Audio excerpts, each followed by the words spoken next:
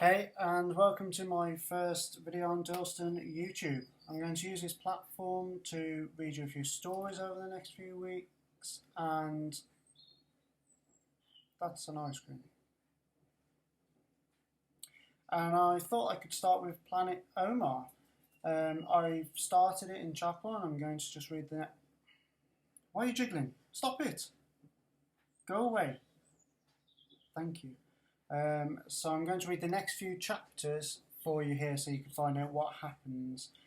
So just as a reminder, it's about a boy called Issa.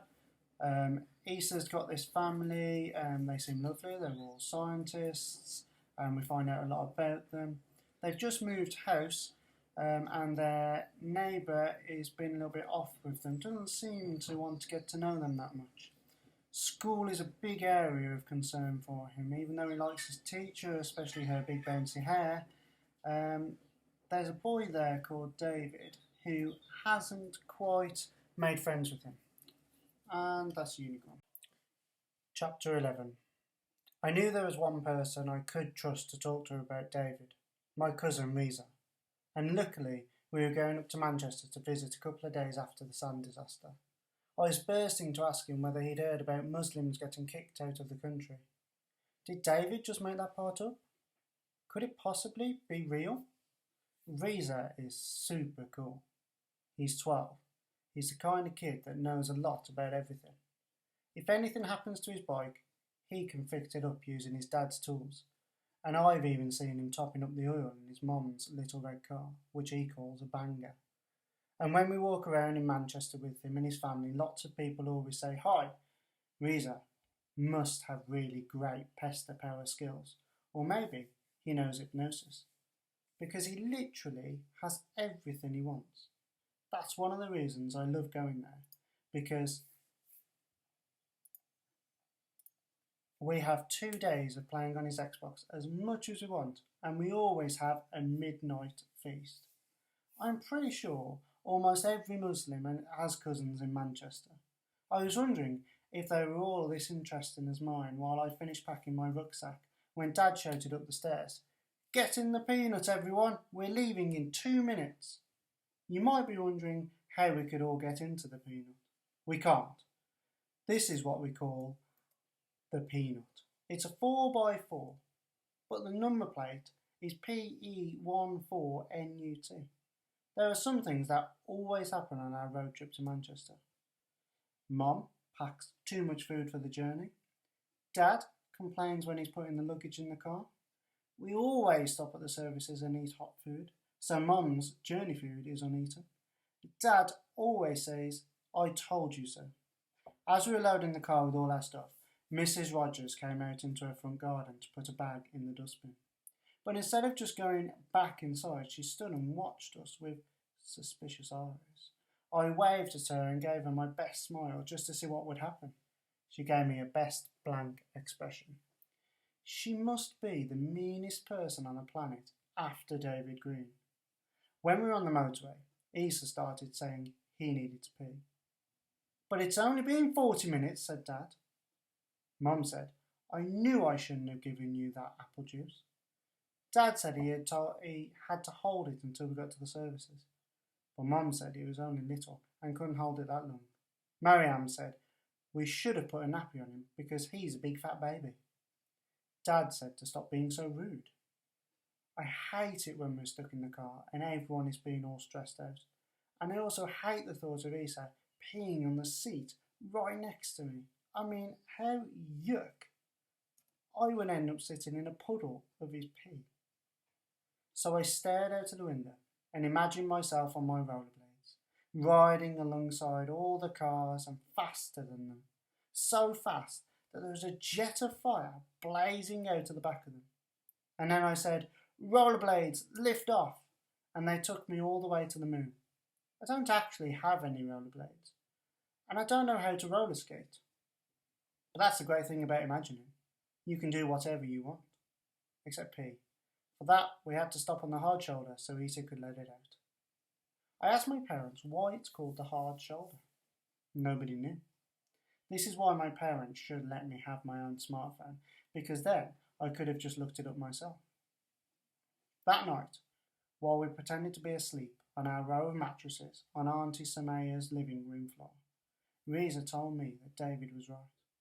All Asians were going to be kicked out of the country, and we were probably going to have a World War III. I gulped. He told me that we would all have to go and live in Pakistan. Have you ever been to Pakistan? I said. Yeah, once when I was 5. What's it like? Will we like living there? I felt sick. I didn't want to live in a strange place I had never been to. Yuck. The 5 bars of chocolate that we had snuck into our beds and eaten attempted to make their way back up my throat. Well, the pizza is yuck, and you can hardly understand what people are saying, Reza said. Why? Because they speak in Urdu. You can't speak Urdu, can you? No. I lay awake for ages after Reza had fallen asleep. I imagined his quiet snoring sounds were from H2O instead, and that my pillow was resting on H2O's back. It made me feel better to know that wherever we had to move to, I could take him with me. At breakfast, there was such a big feast of food on the table that I forgot all about David and Pakistan. Uncle Farhad had even pulled out last night's leftover chicken wings. What's that? Asked Isa. Meat, said Dad. Where did it come from? A chicken. Did it lay it? Everyone burst into laughter. Uncle Farhad choked on his juice. Chapter 12. One evening the following week, when we were putting our lasagna-covered dishes into the dishwasher, we heard an ambulance siren coming down our street. Mariam and I both raced to the window, while Isa whined to be let down from the table. He was still eating, as usual, because he's super slow. The ambulance lights were flashing so brightly, the whole room was lit up. Mariam and I pressed our faces to the glass. The ambulance had stopped next door and the paramedics were hurrying towards the front door. It's Mrs. Rogers, I said in surprise. Oh no, gasped Mum. Dad had his quick thinking face on. I should go, said Mum. Should I go? I should go. Mariam said, No way, she's horrible. Isa dropped his plate of freezing cold lasagna on the floor with a crash. Dad looked at it, breathed a sigh, and ran his hand through his hair. He does that when he has his thinking face on. What if she doesn't want me? What if she sends me away and shouts at me in the front of them? Mum said, as she ran around the room putting her scarf on her head and putting her coat on inside out. It doesn't matter, darling. You go. At least you'll have done the right thing. Go and see if she needs anything at all. She doesn't deserve it, said Marianne, and she folded her arms and threw herself onto the sofa. I went to the front door and watched as Mum hurried out of our gate. She reached the ambulance just as they were wheeling Mrs. Rogers out on a trolley. She was clutching her wrist and telling the paramedics how she had slipped in the bathroom. I'm here with you, Mum said softly. I mean, if you want. And then Mum put her hand out so Mrs. Rogers could hold it if she wanted.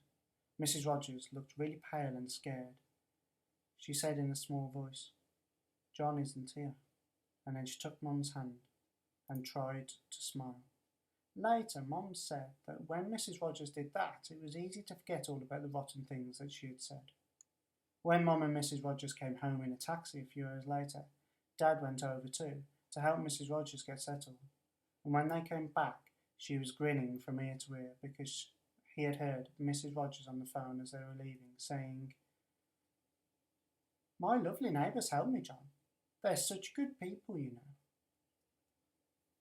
know. Mrs. Rogers' attitude's changed towards the family there, hasn't it? It's an interesting thought to finish today's story on. Why has it changed? And do you think it's going to continue to be different throughout the next of the story? So there we go. Omar has been told about Muslims having to move to Pakistan. He's a bit anxious about that. How would you feel if you were told you had to move to a completely different part of the world that didn't even speak the same language as you? It'd be quite scary, I think. Just want to leave on the point about Mrs. Rogers. Do you think that Omar's mum did the right thing with helping Mrs. Rogers. Remember that throughout the whole story, Mrs. Rogers has been really suspicious of them, really quite mean and quite nasty towards Omar and his whole family, even though they've done nice things towards her. If it were you and there was someone at school or around outside of school and they'd been mean to you over and over again, but they were in trouble, could you put all those feelings to the side and help them in their time of need? Put your comments in the comment section below. I'd be interested to know what you think.